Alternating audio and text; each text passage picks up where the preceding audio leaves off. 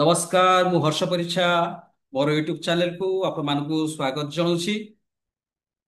एई video माध्यम रे आमे आलोचना करिबा जेटा प्रधानमंत्री ब्रह्मोस अस्त्र उपरे आह्वान देइछन्ति स्वदेश कौशल अवलंबन करिया पई तापरे आमे आलोचना करिबा। किंतु ता पूर्व मु आपण मानकु अनुरोध करिबि भिडियोटी प्रथम शेष पर्यंत देखिबे एवं आपनको अनुरोध करिबि जे भिडियोटी को लाइक शेयर सब्सक्राइब करिबे।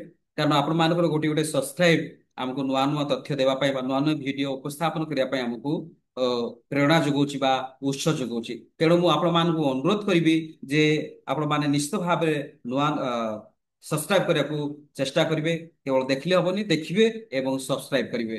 तेणु करी मु आपण मानकु रिक्वेस्ट करछि। तेबे चालंतु गत आजिर विषय वस्तु को जिबा। गत शनिवार दिन यूपी रो वाराणसी रे हमर यशस्वी प्रधानमंत्री नरेंद्र मोदी उद्बोधन देवा समय से कहते जे भारत एक तृतीय बृहत्तम अर्थ स्वावलंबी बृहत्तम अर्थनैतिक देश हेबाकु जाउछि। एही परिप्रेक्षी रे भारत निर्मित समस्त सामग्री को भारतवासी आपणैबा दरकार अर्थात स्वदेशी को आपणैबा पई से आह्वान देइछन्ति।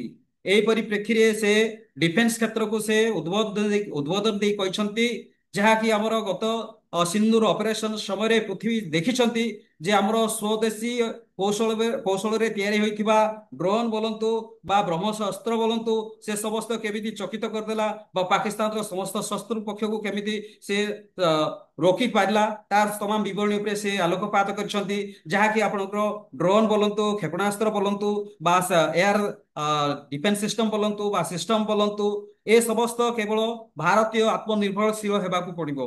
आ अलगा देश प्रति आमर कौनसी निर्भर हेबा दरकार नहीं। से से आह्वान दे कहछन्ति यूपी रो वाराणसी रे आपनकर जो अछि यूपी वाराणसी रो कॉरिडोर रे डिफेन्स कॉरिडोर रे विभिन्न कारखाना को प्रोत्साहन दिया जाउछि जे ब्रह्मास्त्र तैयारी करिया पई। जो ब्रह्मास्त्र ना शुनिले जे पाकिस्तान तार निद हजिबो बा पाकिस्तान ब्रह्मास्त्र ना शुनिला खिणी जे तार राति रे तार समस्त लोक बाक बा ता परिवार को से गोटे जगह रे सतर्क रखिया पई चेष्टा करिवो। एही कथा मध्ये से जणैछन्ति। तेणु स्वदेशी कौशल अवलंबन करी ब्रह्मास्त्र तैयारी करिया पई लखनऊ रे जो अभिभाषण दउथिले से निजे उद्बोधन दे कहछन्ति जे आम स्वदेशी कौशल रे एही ब्रह्मास्त्र तैयारी हबो जहा कि आपनकर लखनऊ रे आरंभ हबो।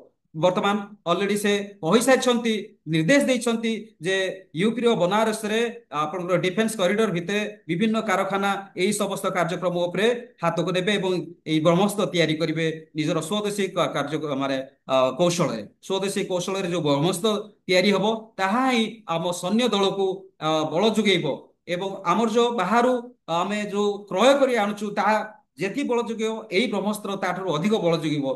कारण गत सिंदूर ऑपरेशन रे आमे देखि सारिछु पृथ्वीवासी को जे आमर स्वदेशी कौशल रे जहा निर्मित डिफेन्स सिस्टम बोलंतु एयर स्ट्राइक बोलंतु बा आपनकर ड्रोन बोलंतु बा क्षेपणास्त्र बोलंतु जहा भी आमर स्वदेशी कौशल रे आमे जहा प्रयोग करछे ताहा विश्व देखि चमत्कृत होइछन्ति बा विश्ववासी जानि सारिछन्ति। कारण भारत वर्तमान आउ कौनसी क्षेत्र में कम नहीं बा उणा नहीं से वर्तमान तृतीय स्वावलंबी अर्थनैतिक देश हेबाकू जाउछि बृहत्तम बृहत्तम तृतीय अर्थनैतिक स्वावलंबी देश हेबाकू जाउछि। तेणु एही परिप्रेक्षी रे से जो उद्बोधन देइछन्ति से उद्बोधन अनुसार हमर भारतर समस्त नागरिक हमकू जानिया पड़िबो। भारतर समस्त केवल जे डिफेन्स क्षेत्र में ताहा नुह आमर सामाजिक क्षेत्र में आमर चलनी क्षेत्र में जहाँ सब भारतीय जिनस गुड़ाक आम व्यवहार करने को पड़ो। कारण भारतीय जिनस स्वदेशी को आपणापी जहाँ आह्वान आसुच्छी आह्वान अनुसार आमर भारतीय जहाँ सब आमर